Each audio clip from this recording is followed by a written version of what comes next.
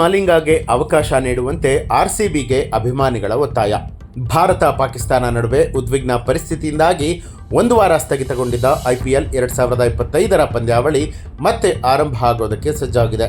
ಶನಿವಾರ ಬೆಂಗಳೂರಿನ ಚಿನ್ನಸ್ವಾಮಿ ಕ್ರೀಡಾಂಗಣದಲ್ಲಿ ನಡೀತಾ ಇರುವಂತಹ ಪಂದ್ಯದಲ್ಲಿ royal Challengers Bengaluru Kolkata night Riders ತಂಡವನ್ನು ಎದುರಿಸ್ತಾ ಇದೆ.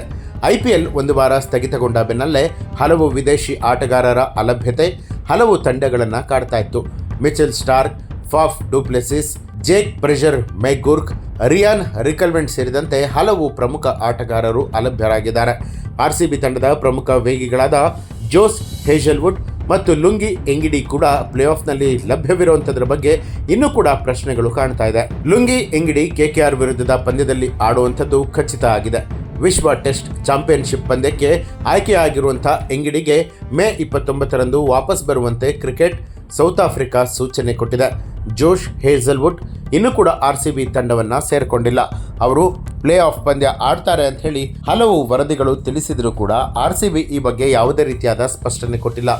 ಜೋಶ್ ಹೇಜಲ್ವುಡ್ ಅಲಭ್ಯರಾದರೆ ನ್ಯೂಜಿಲೆಂಡ್ನ ವೇಗಿ ಮ್ಯಾಟ್ ಹೆನ್ರಿ ಅವರನ್ನ ತಂಡಕ್ಕೆ ಸೇರ್ಪಡೆ ಮಾಡಿಕೊಳ್ಳಬೇಕು ಅಂತ ಹೇಳಿ ಅಭಿಮಾನಿಗಳು ಆಗ್ರಹಿಸ್ತಾ ಇದ್ದಾರೆ. ಇನ್ನು RCB ತಂಡದಲ್ಲಿರುವಂತಹ ಶ್ರೀಲಂಕಾದ ವೇಗಿ ಬೇಬಿ ಮಲಿಂಗಾ ಎಂದೇ ಖ್ಯಾತಿಯನ್ನ ಪಡೆದಿರುವಂತಹ ನುವಾನ್ ತುಷಾರ ಅವರಿಗೆ ಅವಕಾಶವನ್ನ ಕೊಡುವಂತೆ ಅಭಿಮಾನಿಗಳು ಒತ್ತಾಯ ಮಾಡುತ್ತಿದ್ದಾರೆ. ನುವಾನ್ ತುಷಾರ IPL ಕೊನೆಯವರೆಗೂ ಕೂಡ ಲಭ್ಯವಿರುವಂಥದ್ದು ಖಚಿತ ಇರುವಂತಹ ಕಾರಣ ಅವರಿಗೆ ಲೀಗ್ ಹಂತದಲ್ಲೇ ಒಂದೆರಡು ಪಂದ್ಯಗಳಲ್ಲಿ ಅವಕಾಶ ಕೊಟ್ಟು ಅವರು ಉತ್ತಮ ಪ್ರದರ್ಶನ ಕೊಟ್ಟರೆ ಪ್ಲೇ ಆಫ್ನಲ್ಲಿ ತಂಡದ ಬೌಲಿಂಗ್ ಸಮಸ್ಯೆಗೆ ಪರಿಹಾರ ಸಿಗುತ್ತೆ ಅನ್ನುವಂಥದ್ದು ಅಭಿಮಾನಿಗಳ ಲೆಕ್ಕಾಚಾರ. ನುವಾನ್ ತುಷಾರ ಶ್ರೀಲಂಕಾದ ಲೆಜೆಂಡ್ ಕ್ರಿಕೆಟಿಗ. ವೇಗದ ಬೌಲರ್ ಲಸಿತ್ ಮಲಿಂಗಾ ಥರ ವಿಚಿತ್ರ ಬೌಲಿಂಗ್ ಆಕ್ಷನ್ ಹೊಂದಿದ್ದಾರೆ.